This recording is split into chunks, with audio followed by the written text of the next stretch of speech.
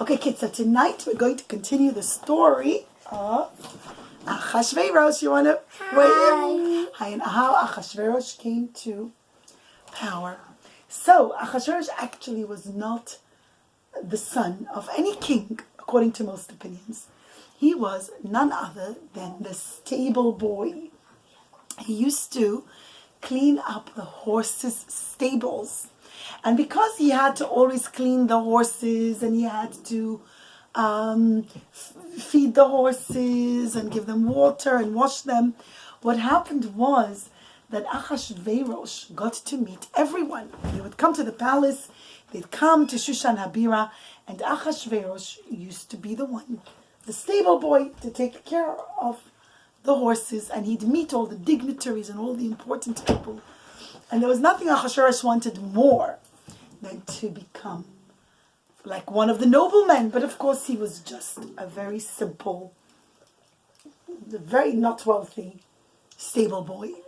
And he decides that he's going to just get friendly with all the noblemen and to get to know who's important and who isn't, and maybe, who knows, one day he'll be able to make it to power. Well, lo and behold, children, one day after Achashverosh needed to clean out the horses' stables with all the garbage from the horses, and it stank really badly, he had buckets of the garbage. He goes down to the sea to go and throw it into the sea. And everyone's screaming at him, "What you doing? People are swimming here. You're throwing all the dung from the horses here. Go somewhere where no one ever goes. Go to that stinky part over there." And Achashverosh is muttering away. He's all upset now. I need to go all the way far end of the beach where no one ever goes, and I have to walk between the rocks and go deep into where the sea starts. And he goes and he's schlepping his buckets with mess from the horses, and he throws it into the sea. And it's all stinky, yucky. But as he's thrown it in, he looks. The water was relatively clear. And he looks and he says, "1 minute, what's that in the water?" And he thinks, "Whoa, that looks like a shining gold coin." He was a good swimmer. And he dives in and he fishes it out and he rubs it and rubs it. It's a real coin. I wonder if there's more. Doesn't tell anyone. And children, Achashverosh keeps diving in until he discovers that it's not only just one coin, it's not just one treasure chest, but an entire sunken ship filled with treasures. Now, children, I have embellished the story a little bit. I'm not sure the details of how exactly he found it, but we know that he found the sunken ship. And who knows whose sunken ship it was? Whose was it really? Yes, it's Shner. Who's King Belshazzar's grandfather? Yeah, good job.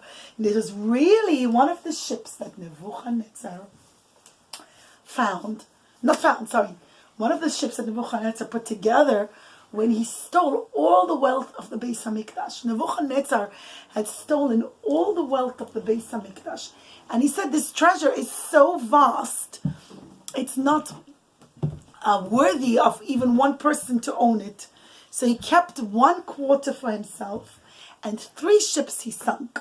1 ship was found by Achashverosh. We don't know where the others. I think another one someone else found. I have to look it up, I can't remember. And 1 to this day, we have no idea where it is. But all the treasures of the Beis HaMikdash was found, not all of them, but a huge, vast majority was found by Achashverosh. So now, here's half of it. Half Nebuchadnezzar kept, which went from Nebuchadnezzar to Dariavish and Koresh, and now it's going to go to the next king. And Achashverosh becomes fantastically wealthy. He becomes literally the richest man on earth. And being so wealthy and knowing exactly who's in power, because remember, what was his job before? A stable boy. Right, a stable boy. He was like the gas station guy. He knew everybody. Everyone had to come to fix the horses and to feed their horses and rest it for the night and all. And they they all he began to buy his way into power. He started to bribe this one and bribe that one and make parties and invite people. And while people still knew he was really just a stable boy, but whoa, was he rich. And who doesn't want to be part of the affluent and rich society? And so all these wealthy people start to befriend Achashverosh and pretend that they don't remember at all that he was really a stable boy and treat him like the rich nobleman, which he wasn't, but that's how they treated him. And when Koresh dies, children, and forgive me, I don't remember the details of how Koresh passes away, and he leaves no heirs, the richest and the most powerful in the land was Achashverosh, and he becomes the next king of Persia because of his vast wealth. Now, according to other opinions, he was in fact Koresh's son, but he was his son who found the treasure, and he becomes the most powerful out of all his sons. But the most accepted opinion, according to our Chazal, was that he was not at all the son of Koresh, but the stable boy. And Achashverosh is very insecure as a king. Why? Because he knew everybody knows I'm just a stable boy. And so he becomes a tyrant. He becomes horrible and very, very difficult to be under his rule. Because anyone looked at him slightly the wrong way, and he was like, why? You looking at me like that because you think I'm a stable boy? And he'd have them killed. Anybody wouldn't smile at him properly. Oh, so you think I'm a stable boy? And he'd have them killed. Now, Achashverosh faced a bit of a dilemma because he needed to get married. But who's he going to marry? If he marries one of the princesses from Persia, they're going to say, yeah, I'll marry him because he's so rich. But I'm a far greater princess than him. He's just the stable boy. And if he marries a princess from Media, from Madai, same problem. But there was one princess that wasn't from Persia and wasn't from Madai. And who was that? Vashti. Vashti was a great-granddaughter of? King Belshazzar. Okay, a daughter of Belshazzar, great-granddaughter of Nebuchadnezzar. Right. Excellent, Shneir. Good memory. And remember that she was taken captive the night that her father, King Belshazzar, gets killed. And Achashverosh thinks, 1 minute, she's exquisitely beautiful. She's of royal blood. She's the granddaughter of Nebuchadnezzar, or great-granddaughter of Nebuchadnezzar. And she's very, very prestigious that I'm marrying the great-granddaughter of Nebuchadnezzar, but at the same time, she's going to be humble enough because really, she's just a captive. And so Achashverosh releases her from captivity and dresses her up all pretty and has her washed and cleaned. And at this point, Vashti is 18 years old, children. She was 12 years old when she got became captive, when she got caught. Yeah, good question, darling. She to become captive means to become a slave, like she was captured, that they took her and they caught her, and she was from the enemy country. So captive means that she became like their slave.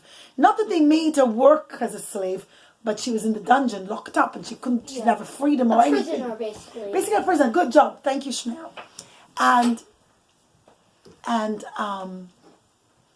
Vashti is delighted. Ooh, she's going to marry such a rich, powerful king.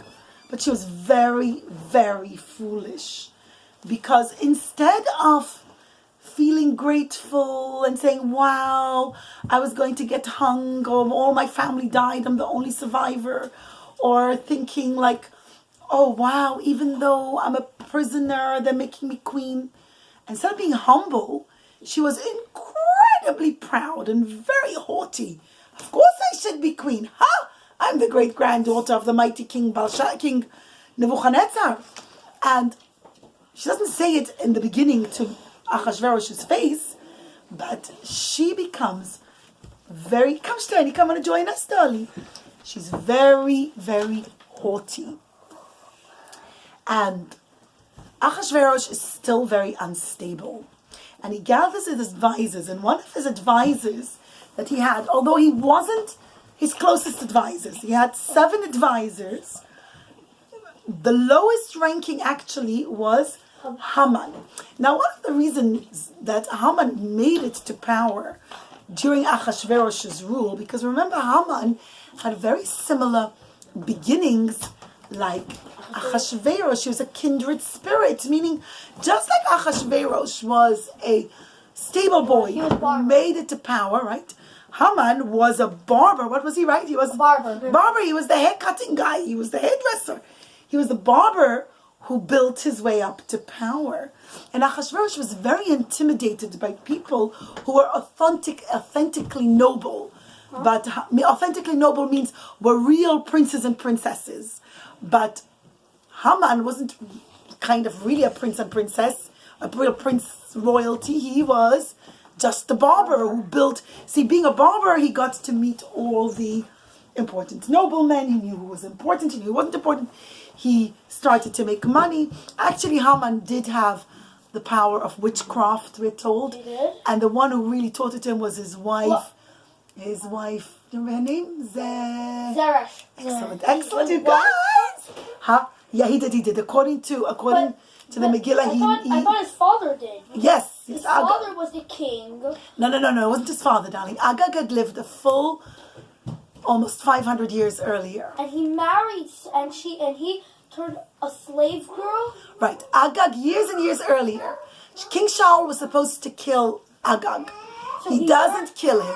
So he turns a slave girl into an animal, and then he gets killed. And then that slave girl marries somebody. And then No. The slave girl, he keeps him alive for one night. And that one night, he makes a wedding. Oh, careful, Dolly. What happened, sweetie? Oh, good boo. Oh, yeah. Give mommy a hug. Give me a hug. Come. It's not a bedtime story.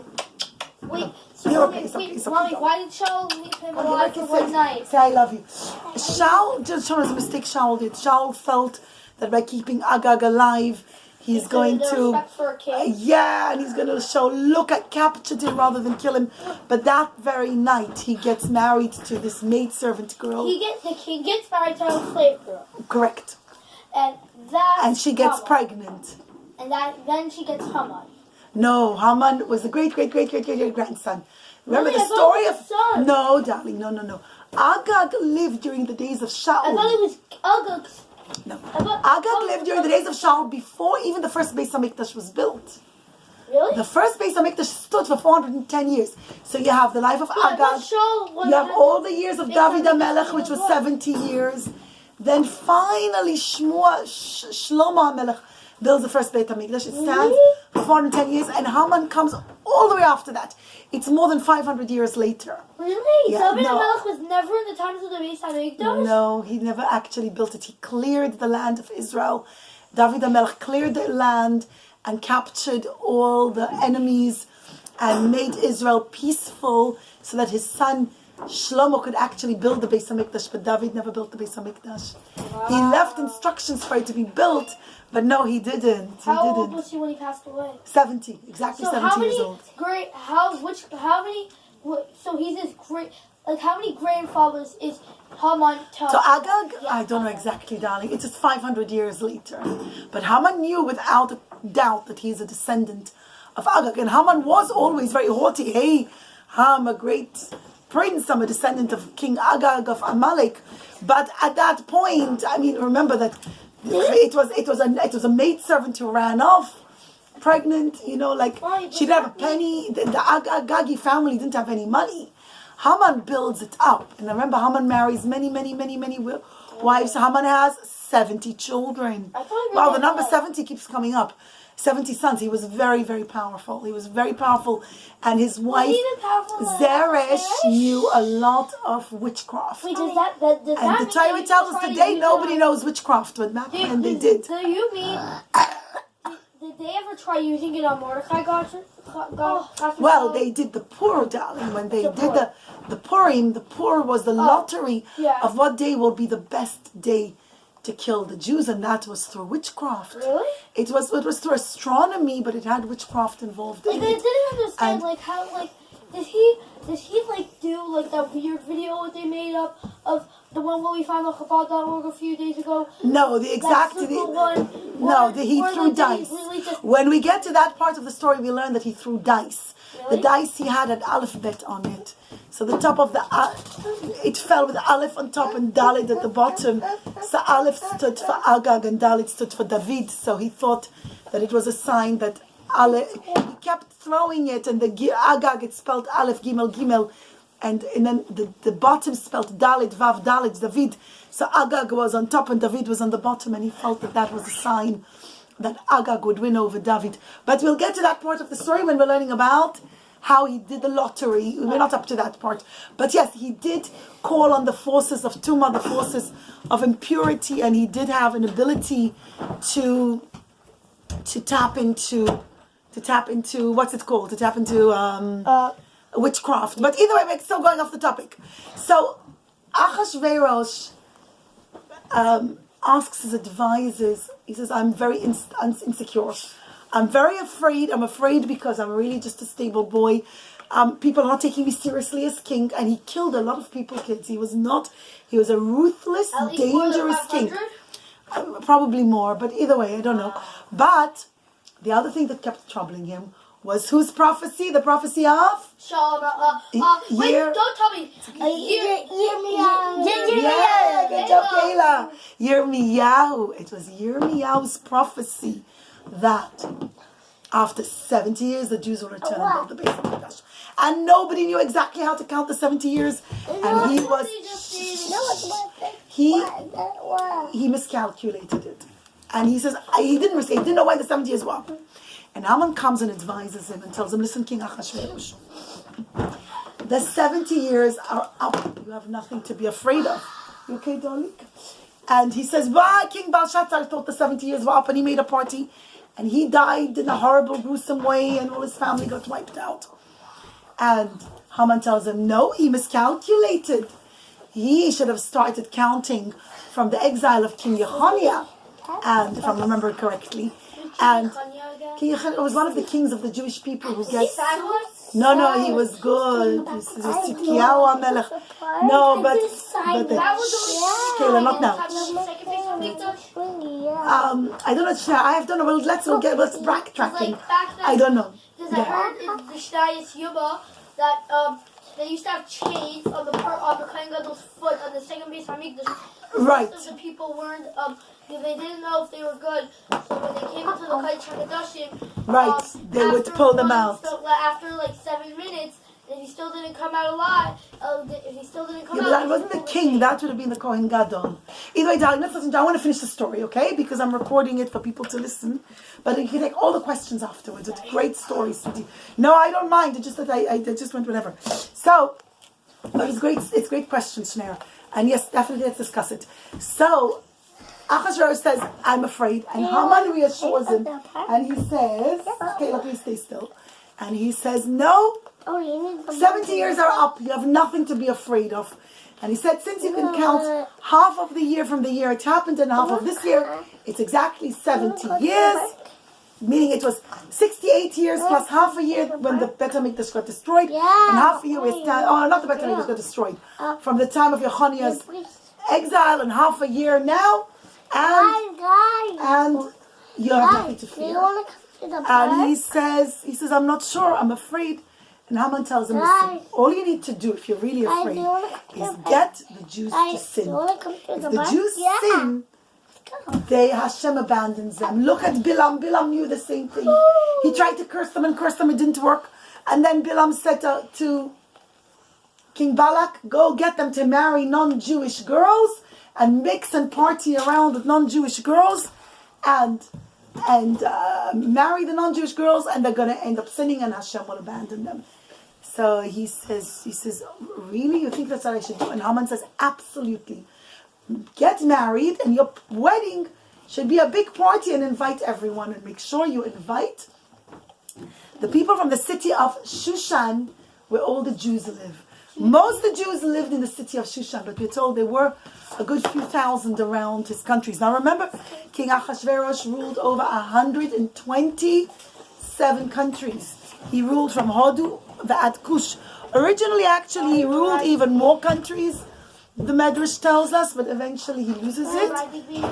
But let's finish with this last thought.